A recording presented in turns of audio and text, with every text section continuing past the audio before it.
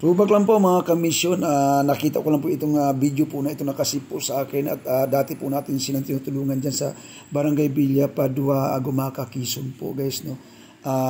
Pinarecommend ko po ito sa mga dati nating kasama na mabigyan po sila ng tulong at hindi ho natin napalood na nabigyan nga po sila ng tulong. Sana makabalik po tayo at bigyan po ng chance na matulungan po sila, kawawa naman. Alan Benson Vlog sa YouTube channel.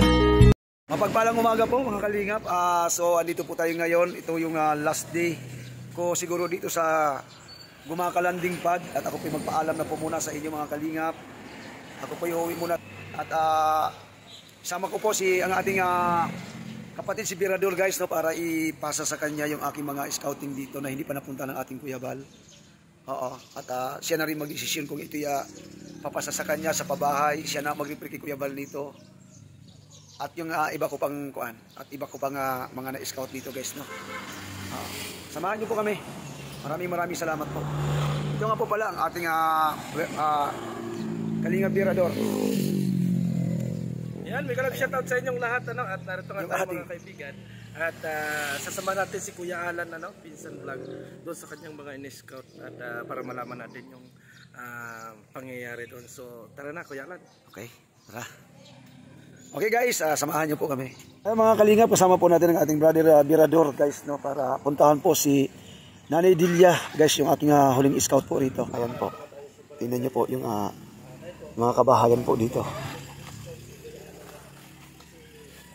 Diba po?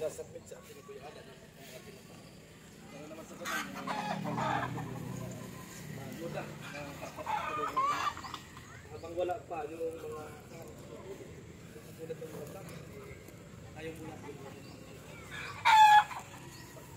ayan po ang kalagayan ng mga tao dito, mga kalingap.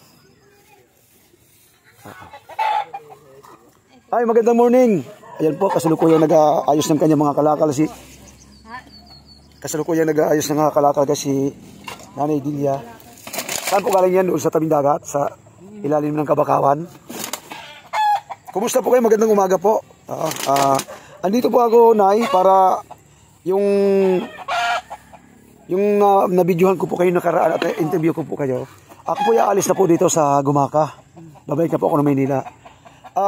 Mayroon po akong pagpapasahan po sa inyo na siya pong pwedeng maging daan para matulungan po kayo sa inyong kalagayan. Ito po si Kalingap Birador. Nanay, huwag kayong mag-alala sa kamay mo. Pansamantala na ako yung mag-scout sa inyo at ako yung titingin-tingin sa inyo dito kasi ito si Kuya Alan ay aalis na ng Gumaca, pupunta na ng Maynila, ano? Pero ako kasi ay nag-abroad ako. Hindi ganun katagal na maano kita, pero isasuggest ko rin doon sa iba nating mga kapwa vlogger na punta-puntahan kayo rito. Ano? Pansamantala lang na ako kasi Paris din ako hindi pa ako talaga magpo-full time dito. Kaya nandito kami para magpakilala lang muna. Ano, na baka manibago kayo na bakit ito na yung nagba-vlog sa akin ay samantalang si Alan ang nag-vlog dito, di ba? So kaya ganun ang ginawa namin para mas maganda. Kasi yun naman talaga ang normal. Bago umalis si Kuya Alan, kailangan i-turn over yung mga taong kanyang tinutulungan. Para sa ganun, may pagpatuloy yung gagawing pagtulong. No? Yun po yung aming ano. At kung ako naman ay aalis na at mayroon ng vlogger diyan na iba, sa yun naman ang mag-aalanay. Ilang taon na po kayo? Ano po, 65 na. 65 na. Ay, gusto pa niya mag-asawa. Meron kami diyan, pwede. Biglang talikod. Kailangan ng asawa, ganito lang po ako. May di nga po walang konsumisyon. Baka makakuha ka ng asawa. Konsumisyon pa sa buhay. Ay, di lalo na. Bayahe pa yung pangasawa na yan. Hindi, malay mo naman. Matanda naman po ako. Ay, wala nang, hindi na kami magkakanak. Nansaya. Ganito na lang gagawin ko. Mamaya makakuha ka pa ng tambay hero yan. Pagdating dito sa bahay, bogbog sarado ka pa. Yung ibibigay ko, diba ho? ano, talagang garantisado yon. May kontrata, no? Garantisado talaga. Ay, hindi na. Ay, hindi na po. Kumbaga sa'yo, Nay, parang diyan mo na lang po palilipasin ang mga oras mo po, araw, oras, panahon. Diyan sa paghahanap buhay na lamang para sa mga apo. No? Yan, nag-throwback lang po tayo mga Kalingap Kamisyon doon sa mga naging kaganapan po sa Barangay Villa Padua, Gumaca, Quezon po. guys, no? Kasama po natin ang ating Kalingap Birador po ng mga panahon po na yan bago po siya bumalik sa abroad. Ayan, no? Ako po kasi na unang umalis sa kanya roon sapagkat may mga trials po na dumating sa buhay natin na hindi natin inaasahan. Kaya kailangan natin bumalik sa ating pamilya sa Maynila o dito sa Maynila. So ayan, maraming salamat po sa patuloy niyo pong suporta at abangan niyo po ang karugtong po nito. Ayan, bye-bye. God bless. Siya yung tao na walang inuurungan. Sa bawat mo na laban ay handa ka niyang samahan. May paninindigan, yan si Alan Pensan. Taglay ang kabutihan at pagmamahal sa bayan. At kanya na naranasan na mabuhay sa mundo. Nakipagsapalaran upang ang hirap malabanan. Kanya na naranasan ng iba't ibang pagsubok. Nabuhay sa kalsada para sa pamilya. Iba't ibang trabaho, iba't ibang diskarte.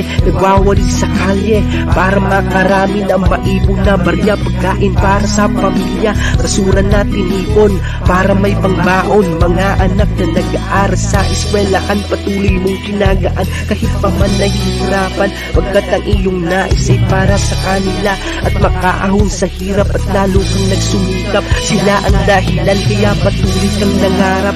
Mahirap man ang buhay ngunit patuloy kang nagsikap hanggang sa dumating ang iyong hinihingi na unti-unti ka lang nakakaahon na sa buhay dahil sa patuloy mo na pagsisikap. Nandito ka tumutulong na kung sa naghihirap.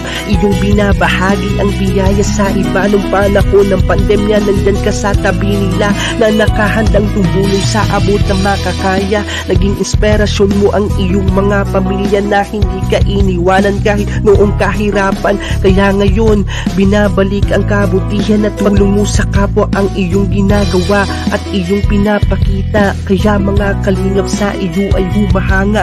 Tuloy-tuloy mo lang ang iyong ginagawa. Alan Pensan. Siya yung tao na walang inuurungan. Sa bawat mo na laban ay handa ka niyang samahan.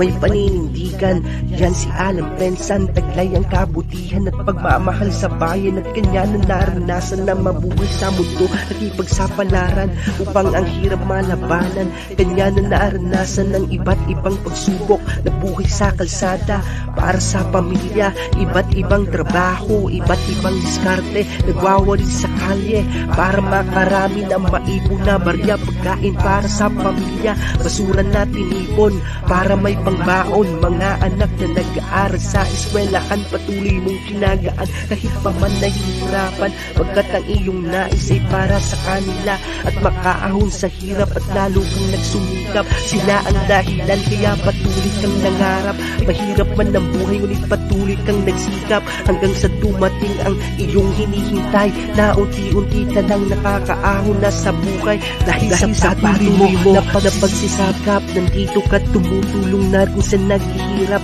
Iyong binabahagi ang biyaya sa iba nung panahon ng pandemya. Nandyan ka sa tabi nila na nakahandang tumulong sa abot na makakaya. Naging inspirasyon mo ang iyong mga pamilya na hindi ka iniwanan kahit noong kahirapan. Kaya ngayon binabalik ang kabutihan at paglungo sa kapwa ang iyong ginagawa at iyong pinapakita. Kaya mga kalingap sa iyo ay humahanga. Tuloy-tuloy mo lang ang iyong ginagawa. Alan Pensan Vlogs.